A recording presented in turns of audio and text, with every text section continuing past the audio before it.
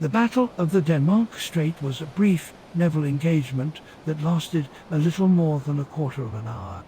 It was a true clash of titans in which the largest warships in the world were put to the test, and it will be remembered as a battle that ended in the sinking of one of the most famous ships ever.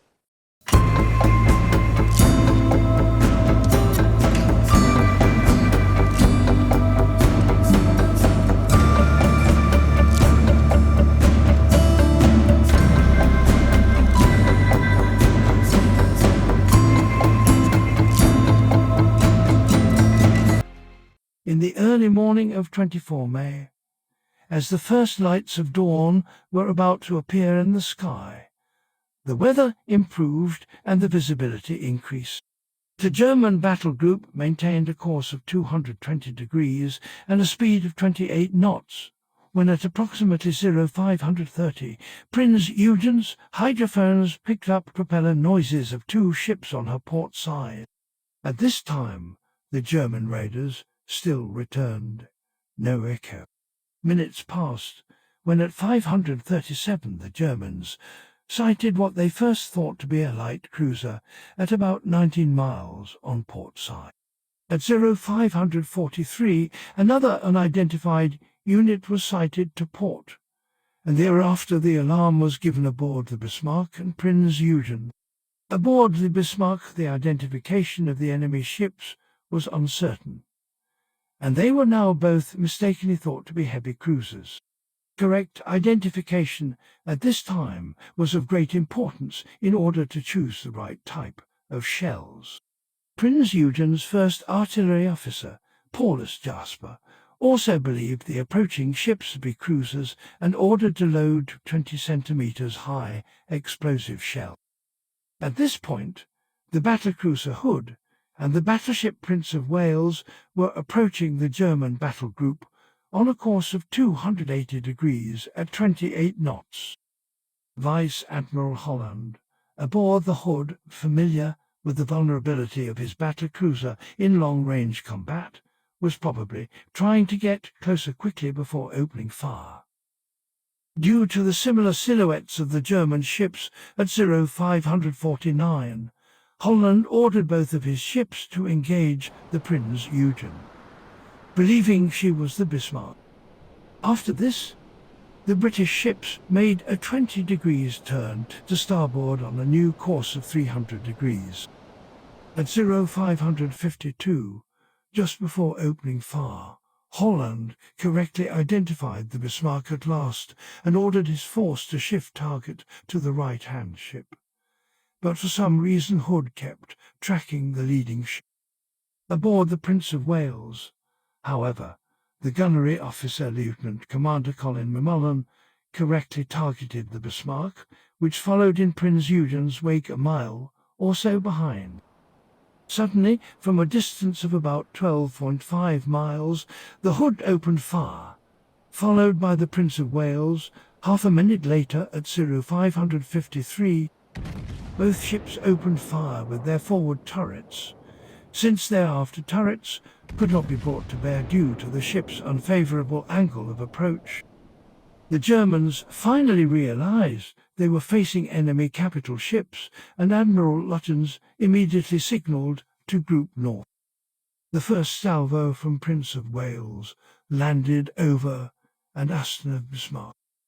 Afterwards, Prince of Wales started suffering the first of many mechanical problems as the front turret's number 1 gun broke down temporarily and could not fire anymore. Her second, third and fourth salvos fell over Bismarck. Hood's first 2 salvos fell short from Prinz Eugen, throwing some splinters and much water on board. The British shells were already landing close, but the German guns still remained silent. Aboard the Bismarck, the first artillery officer, Albert Schneider, in the foretop command post, requested several times permission to open fire without reply from the bridge. Finally, at 0555, while Holland's force was turning 20 degrees to port, The Bismarck finally identified the Hood to be a battleship of the King George V class. The Bismarck opened fire, followed by the Prinz Eugen immediately afterwards. The distance at this time was around 11 miles. Both German ships concentrated their fire on the Hood. Bismarck's first salvo landed short. Aboard the Prinz Eugen, the port 53.3 cm torpedo tubes had already been trained towards the enemy, and Captain Brinkmann ordered the torpedo officer, Sigurd Riemann, permission to fire as soon as in reaching range. 1 minute later, Prince of Wales' fifth salvo fell over again, but the sixth straddled and likely hit the Bismarck even though aboard the British battleship. No hits were observed. The initial fire of the Germans had been excellent, and at 0557 the Prinz Eugen had already obtained a hit on Hood's shelter deck near the mainmast. This caused a big fire, which spread as far as the second funnel. The Bismarck had also been hit, and was now leaving a broad track of oil upon the surface of the sea. Therefore, Lutyens ordered the Prinz Eugen to change target towards the Prince of Wales, together with the secondary battery of the Bismarck, which had just entered in action.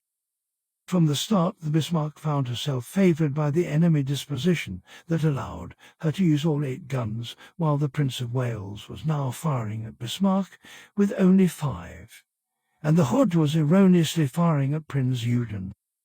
At 0600 the Hood and the Prince of Wales were in the process of turning another 20 degrees to port in order to bring their after turrets into action. When Bismarck's fifth salvo hit the Hood, the distance was less than 9 miles.